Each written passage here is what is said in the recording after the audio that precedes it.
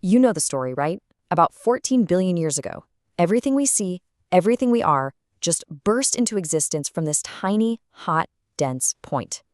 That's the Big Bang. But here's a wild thought. What if that incredible explosion wasn't the beginning at all? What if our universe is actually eternal, just endlessly expanding and contracting, almost like it's breathing? What if the Big Bang wasn't a bang so much as a bounce from a universe that existed before ours? This is the kind of mind-bending question being asked right at the edge of cosmology. But to even get there, we first have to tackle the biggest problem with the story we all thought we knew. You see, right at the very heart of the Big Bang model, there's this thing that has stumped physicists for decades. It's called the singularity, and it's the exact point where the laws of physics, as we understand them, just completely fall apart. So here's the deal. According to Einstein's theory of general relativity, if you run the clock backwards on the expanding universe, everything, all matter, all energy, all of space itself, squeezes down to a single point, a point of infinite density, infinite temperature. You get the idea. The math literally goes to infinity, and in physics, that's a massive red flag. It's the universe basically screaming at you that your theory is broken. Now, what's really crucial to get here is that the singularity probably isn't what actually happened. Think of it more like a clue. It's a message telling us that general relativity, our absolute best theory of gravity, is missing a critical piece of the puzzle. It just can't handle the moment of creation. And that incompleteness, well, that's what has opened the door to some truly radical new ideas. So this whole problem with a beginning has led physicists to dust off a much, much older idea, the cyclic universe. This is the theory that our Big Bang wasn't some unique one-time event, but just one chapter in an endless saga of cosmic cycles. So you have these two totally different ways of seeing time. On one hand, you've got the standard Big Bang model, where time has a clear starting line. It's an arrow flying in one direction. But the cyclic model, it says the universe is in this eternal loop, expanding from a bang, collapsing into a crunch, and then doing it all over again, forever. It's a beautiful idea, but boy, does it come with some serious challenges, both philosophical and physical. For starters, you hit some big philosophical roadblocks. I mean, if the past is literally infinite, how could we have ever gotten to today? Philosophers point out that an actual infinity of past events just doesn't seem to work logically. It's a bit of a mind twister. And the physics gets tricky, too. There's this pesky thing called the second law of thermodynamics, which basically says that with every cycle, the universe gets a little more disordered, a little more chaotic. That means each new universe would be a bit bigger and messier than the last one. So if you trace that backwards, you don't find an infinite past. You still eventually hit a first cycle, a beginning. And early cyclic models just couldn't solve that puzzle.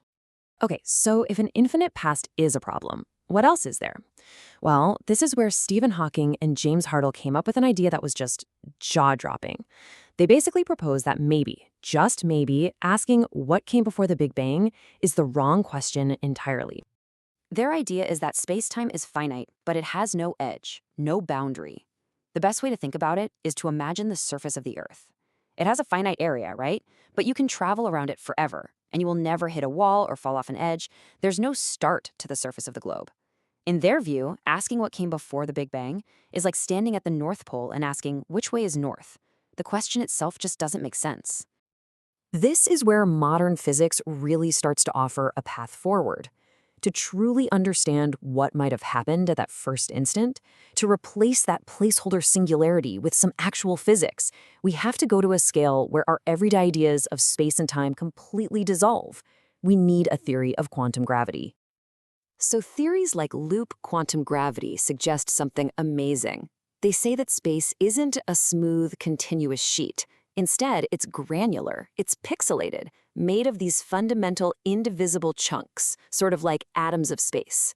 And that has a huge implication. It means there's a maximum possible density. You simply can't squeeze matter into an infinitely small point because a point like that doesn't exist. And this idea completely changes the picture. It replaces the singularity with an actual physical process. As a previous universe collapses, it gets denser and denser until it hits that absolute limit, the Planck density. And at that incredible point, quantum effects are thought to kick in and fundamentally change gravity itself. Instead of pulling things in, it pushes them out, becoming this incredibly powerful repulsive force. The collapse stops, reverses, and rebounds in a titanic big bounce, which is what we see as the Big Bang. And just to be clear about how extreme this is, we're talking about conditions that are almost impossible to imagine. The Planck density is the equivalent of taking about 1 trillion suns, 1 trillion of our suns, and cramming all of that mass into a space the size of a single proton. It's at that unbelievable density where the very fabric of space is thought to literally push back. So where does all this leave us today? Well, we basically have two powerful, competing visions for how our cosmos began.